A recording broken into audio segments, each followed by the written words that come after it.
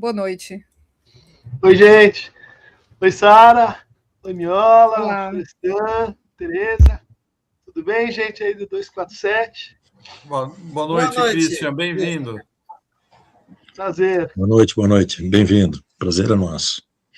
Então, Christian, eu estou curioso para saber a sua opinião, acho que todos nós aqui, né, por conta das ações do Trump, né, que não é só de uma infantilidade, demonstra ali um perfil muito complexo, né?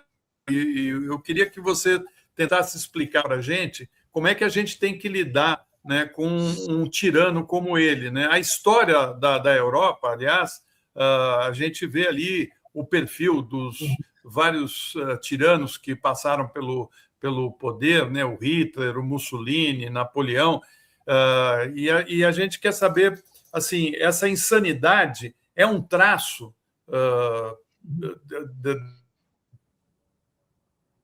acham que estão acima do bem e do mal, que acham que pode mandar no planeta.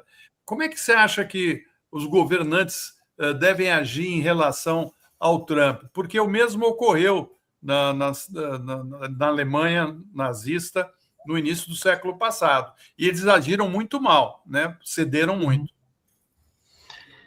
Eu acho que uma primeira consideração, Florestan, é de que esses líderes, né, eles atraem bastante atenção da gente, justamente porque individualizam o poder, né? Justamente porque produzem esse efeito, né, mágico, carismático, de dar corpo e carne para essa fantasia, né, de que uma pessoa excepcional, alguém que tem uma personalidade assim, ou errática, ou incomum, ou superlativa, seria capaz de produzir transformações que assim as formas institucionais não conseguem produzir, que as comunidades não fazem. Ou seja, a primeira consideração é o efeito de hiperindividualização que os líderes autoritários eles criam, né, e levam a gente vamos dizer assim, se fascinar com essa ideia, né, com essa mitologia do indivíduo absolutamente excepcional, né? Aqui eu acho que vale uma segunda consideração, que retoma um pouco o que o Adorno fez, no contexto da discussão sobre a personalidade fascista, autoritária, de Hitler, de Mussolini, dos totalitarismos dos anos 30, né? Observando que um traço muito interessante dessas lideranças é a sua absoluta banalidade, né? É o fato de que eles dão corpo e dão voz aquilo que você vai encontrar em formas assim muito comuns do pequeno poder, né? Do pequeno autocrático, daquele que tem assim as suas fantasias sobre o domínio do mundo. E essa ideia ela é muito poderosa, porque ela, no fundo, cativa as pessoas que têm uma relação muito distante com o poder, que têm uma relação de exílio em relação às instituições, e que vão vendo nessa figura, vamos dizer assim, a projeção, né, da sua própria realização de como é que o mundo funciona. Mas entrando um pouco mais assim no Trump, né, dá para dizer, e acho que vale a pena a gente se focar assim no discurso, né, porque esse é o problema que se espalha, né? Então, tentar propor assim uma análise comparativa de discurso, né? A gente pode dizer assim, mas está acontecendo a mesma coisa, né? É um contágio geral. Mas Milley é diferente de Trump, né? Milley é um missionário, se a gente fosse procurar um correlato, né, é alguém que está numa espécie de cruzada, alguém falou aí em Canudos, né, que a gente poderia dizer assim, ele tá contra todos, né, ele suporta ser odiado, ele tem lá suas convicções e teoriza sobre isso. O Trump é uma espécie assim, o discurso do Trump é uma espécie de oposto, né, ele quer ser amado, né? Ele quer vencer, né, pelos seus dotes carismáticos, de ser uma pessoa, vamos dizer assim, que tem ideias tão brilhantes que ele não é compreendido, né?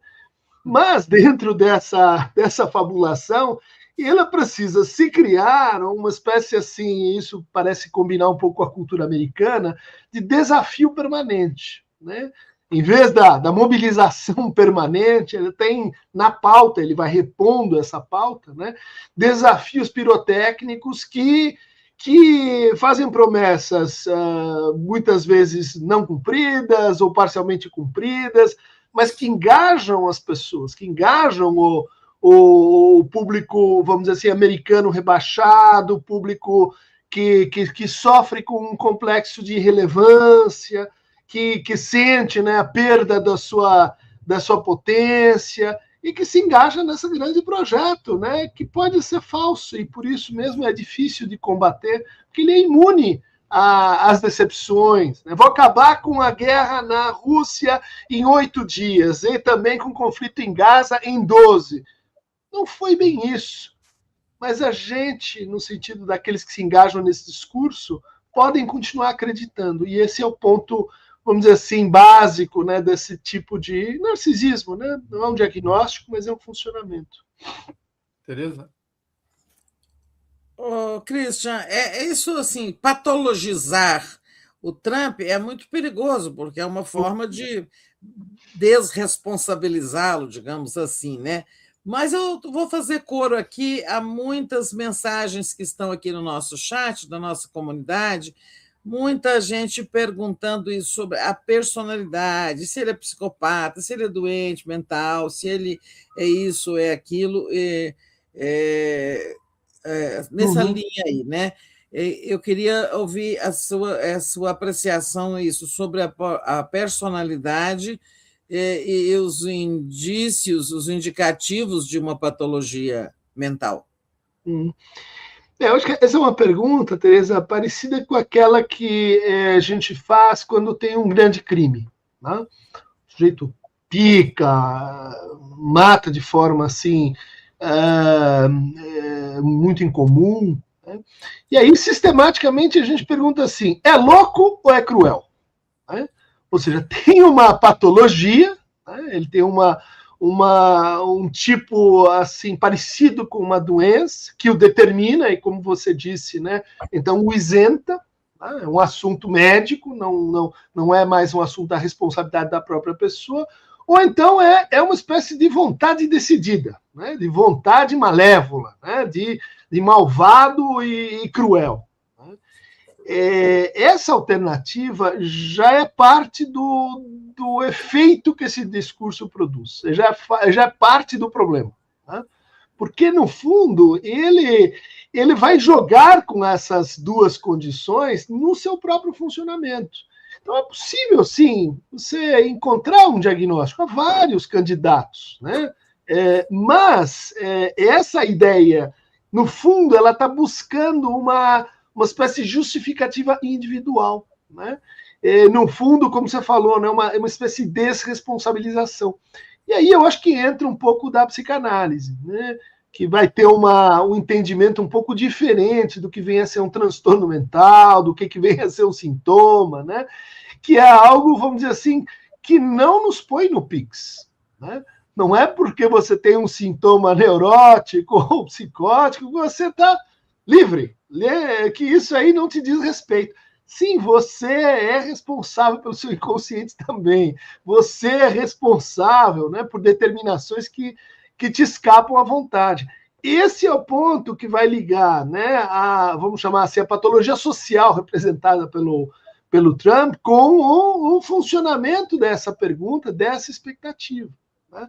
No fundo, estamos nós também querendo, né, dizer assim, será que esse movimento todo isenta todos os que votaram em Trump, todos os que estão numa espécie de jornada meio delirante, como a gente acompanhou, como a gente está vendo, né, aqui e ali. Né? Então, a pergunta, ela fala de quem está, assim, também ambicionando, né, essa individualização. Mas aí a gente pode tentar responder o que você está perguntando, dizendo assim, olha, o Trump é um ótimo exemplo do que a gente chama de patologia do social.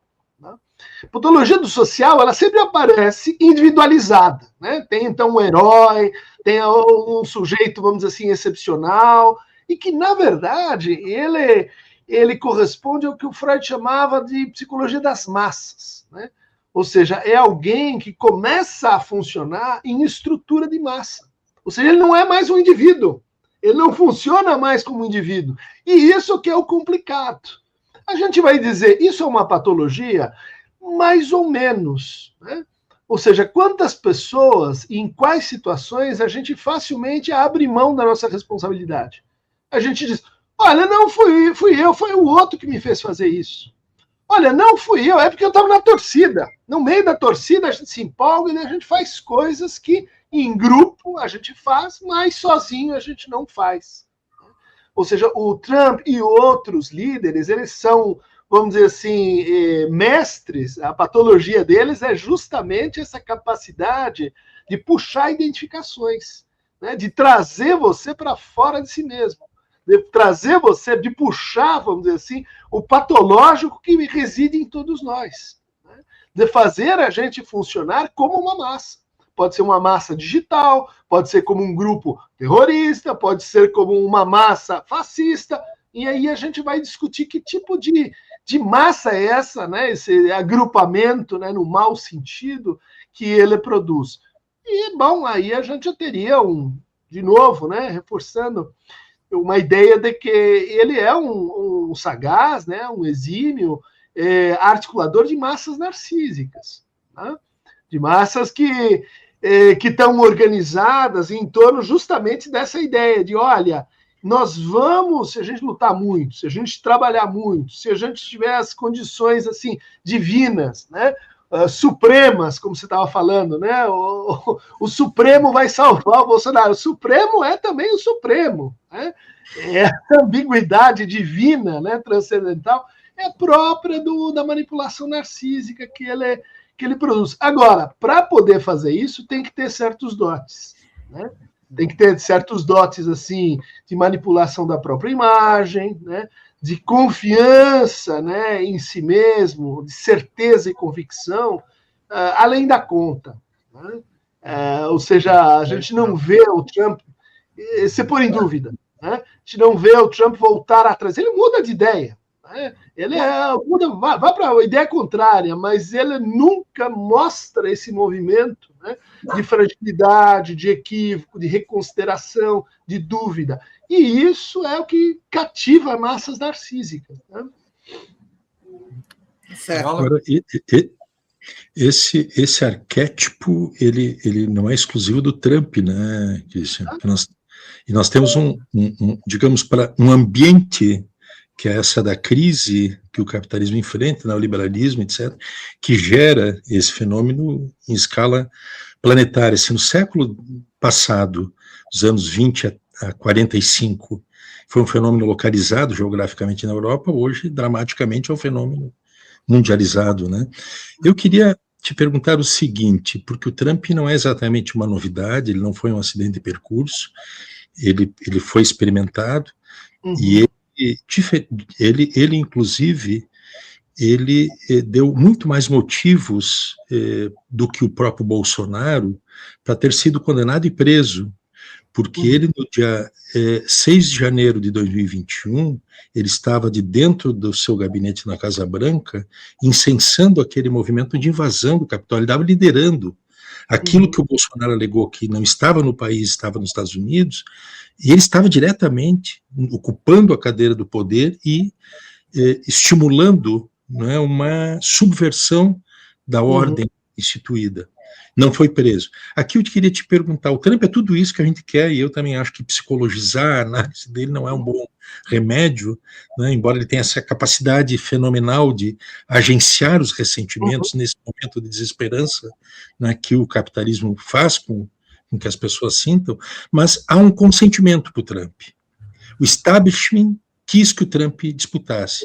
Talvez fosse um requerimento do próprio poder imperial de ter alguém com esse perfil para desempenhar este papel, neste contexto histórico, para fazer o que ele faz.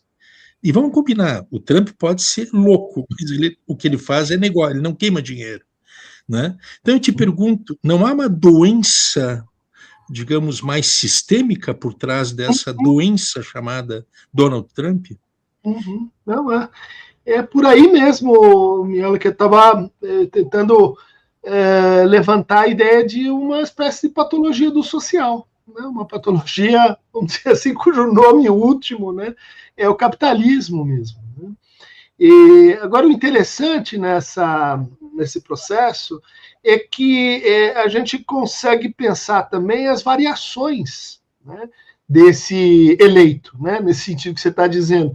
É um pouco como na internet, né? Você tem milhões de candidatos, mas aqueles que são selecionados para uma determinada função ideológica são postos em primeiro plano, né? Porque estão expressando desejos, demandas, fantasias, né, das pessoas. Então, por isso eu estava tentando propor assim, uma pequena genealogia, né, juntando, né, Trump e Milley de um lado, né, e Orbán e Netanyahu do outro. Você vai dizer, olha, tá acontecendo, mas talvez não seja exatamente o mesmo fenômeno. Porque você tem esses dois, né, no fundo, desafiando as instituições, né, o imaginário, né, de desafio e de exceção para as instituições. Então, primeiro, o gesto do Trump é anistiar os revoltosos da Casa Branca. Exatamente. Ou seja, dizendo, no fundo, o Supremo, olha, eu consigo manobras que desafiam a lei, a regra, né? E isso que me faz esse lugar de exceção. Do outro lado, você tem duas outras lideranças autoritárias que trabalham no sentido exatamente inverso. Dizem, em nome das instituições, na Hungria, né, em nome do enrijecimento das leis antimigratórias, em nome da defesa securitária, nós estamos em perigo, e, portanto, há uma lei maior que precisa ser institucionalizada na forma da guerra, na forma da perseguição, e aí a gente vai, enfim, dar esse passo que responde à insatisfação geral produzida pelo capitalismo, né? Produzida pela... Deu errado a globalização. Né?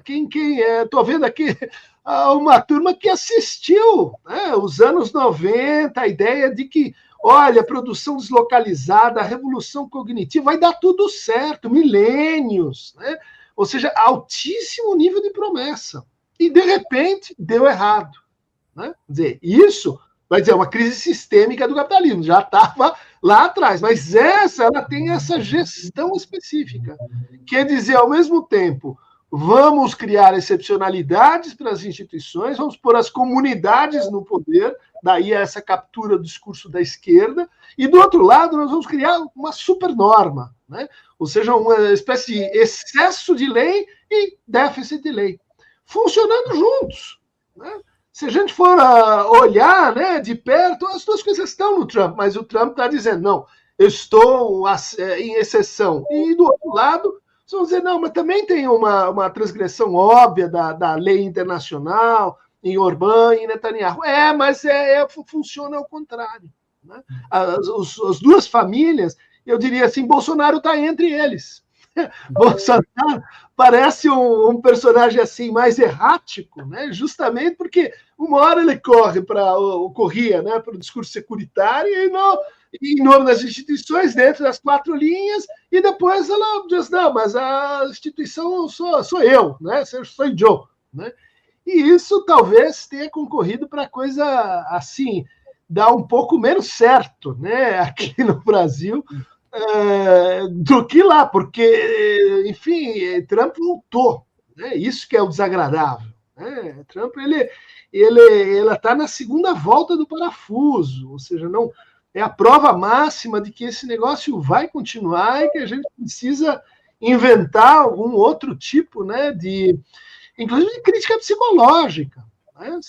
Eu acho que sim, que a psicologia, a psicanálise, ela tem muito a trabalhar nesse momento, justamente repensando o que significa o patológico. Né? O patológico entre, né, o natural, o médico e o moral. Né? Porque essa oscilação é que ela faz parte também do problema.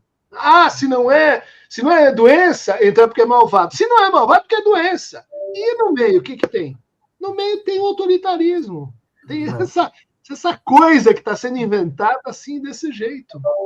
O Christian, meu pai até dizia, nos anos 70, que o fascismo, o nazismo era o braço armado do capitalismo, né? Sempre que ele se sentia ameaçado, esse braço surgia. Mas nós estamos agora numa situação, até o título do nosso programa é o medo, né? A insegurança que o mundo está vivendo nesse momento. Ou seja, você cita aí o Orbán, cita o Bolsonaro, o Milei, mas nós estamos falando de um homem que governa a maior força militar do planeta, né?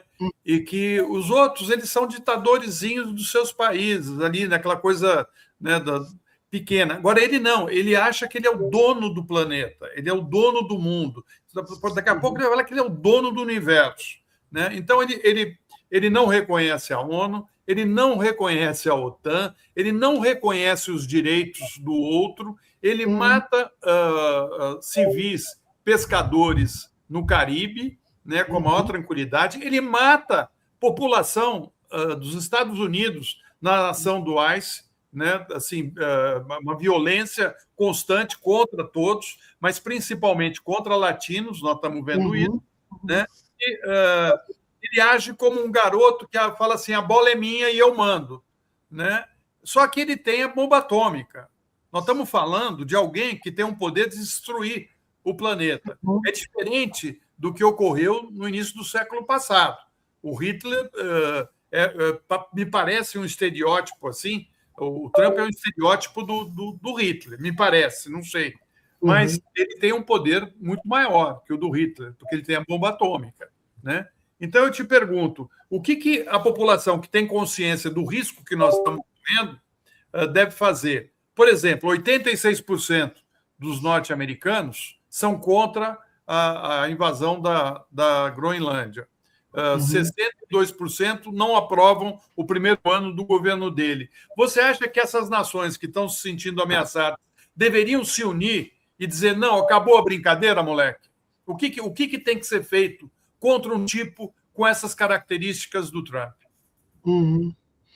Essa é uma pergunta de grandes proporções, né? Porque você tem toda a razão, você tem um risco real e iminente, né? De uma confrontação com Putin, com Xi Jinping, vamos dizer assim, uma brincadeira que sai do controle, né? A gente sabe que é um fanfarrão, que é em boa parte retórico, mas é aquela coisa do sujeito que ele vai anunciando, ele vai brincando de brigar, e uma hora isso realmente pode desencadear um processo de muito maior gravidade, né? Agora ou daqui a pouco, quando ele sai do Acordo de Paris, quando ele enfim, desdenha da crise climática, é o que você está falando, ele está dizendo assim, não vai ter fim, né? Isso aí, não estou preocupado com a totalidade, eu estou preocupado, vamos dizer assim, comigo e com os meus.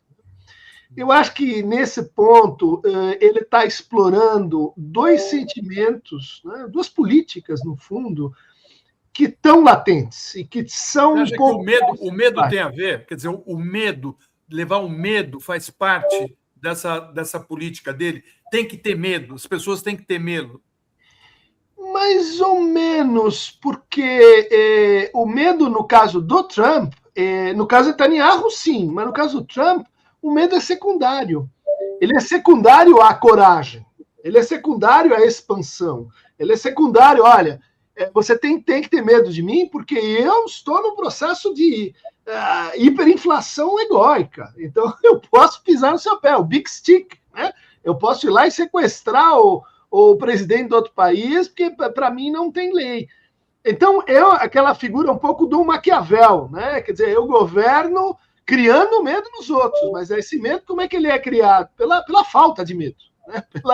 Justamente falta de medo que pode levar a gente a uma situação globalmente problemática.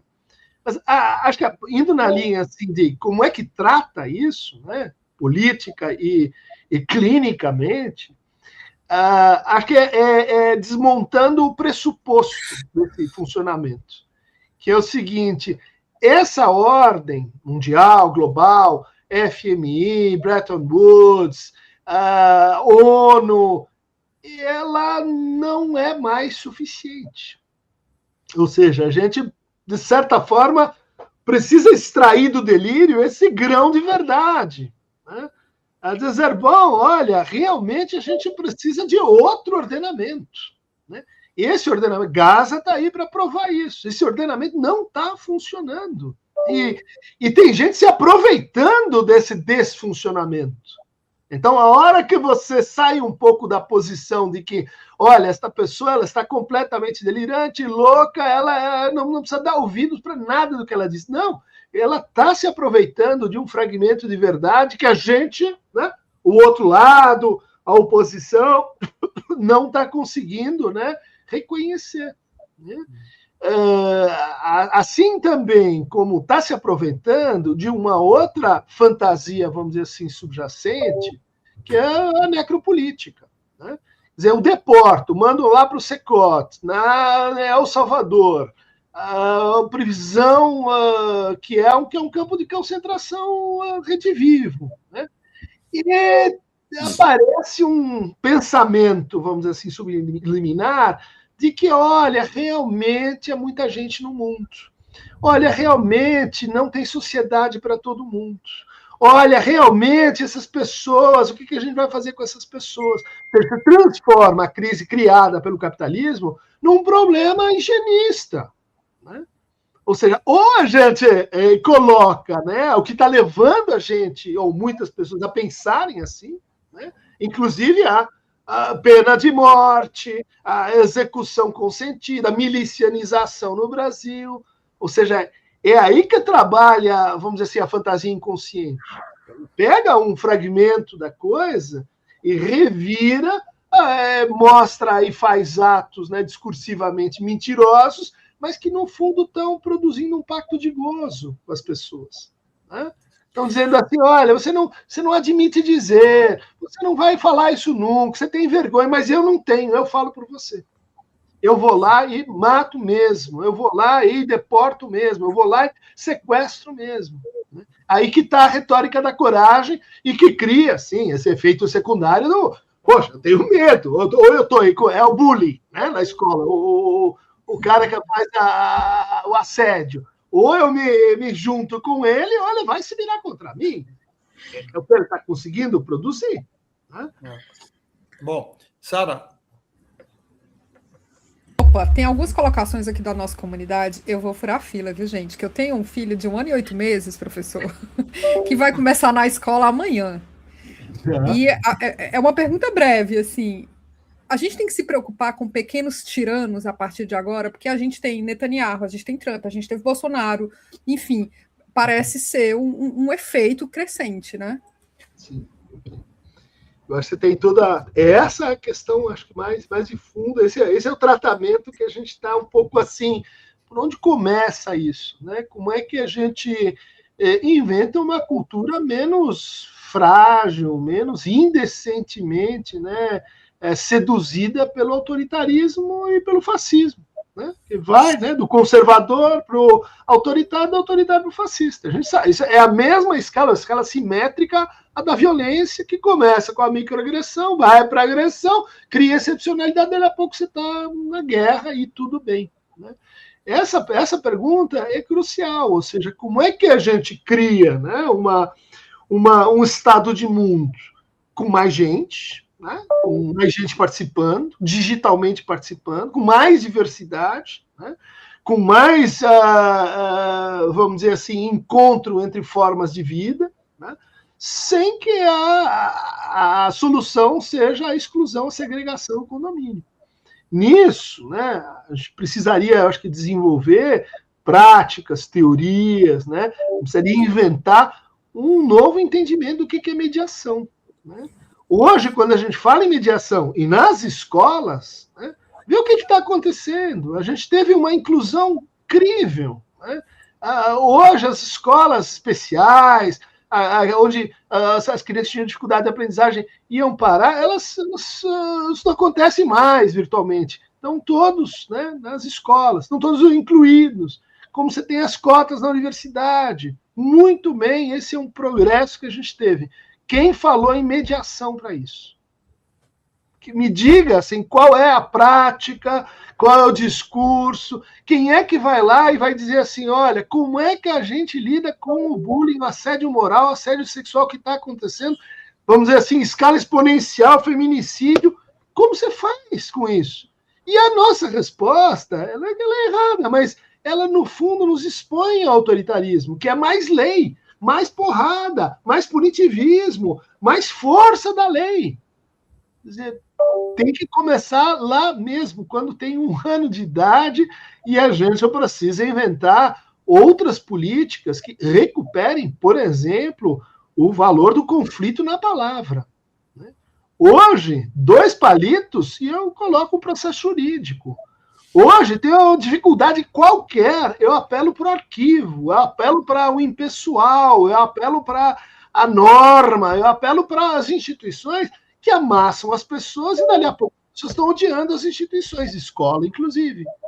Quer dizer, ou a gente diminui um pouco a nossa paixão judicativa, nossa paixão de que, bom, mais leis e mais fortes e etc., e recupera algum tipo de democracia mais participativa e direta, ou eu não consigo ver, né? E isso tem que ver, entender, com a relativa importância que as pautas em saúde mental vêm ganhando, né? Ou seja, é um reconhecimento de um certo fracasso do toma remédio, disciplina e treina que dá certo. Não dá certo. Vai ter que reaprender a conversar e falar. Sem que diálogo seja a panaceia habermasiana de que então vamos todos nos entender, porque isso é uma teoria furada do que é o pacto social. Muito bem. Bom, queria agradecer aqui o Christian. A gente vai precisar fazer essa conversa novamente aí para continuar, né?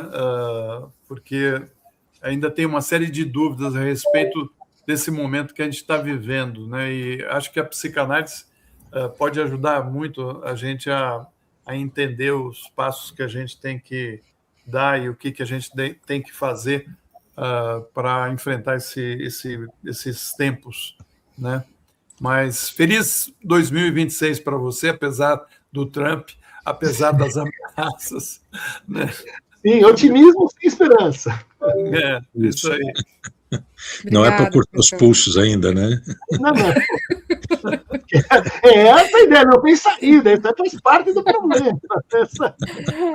Obrigado, Cristian. Um abraço. Boa noite. Obrigada, Cristian. Boa noite. Tchau. Amanhã.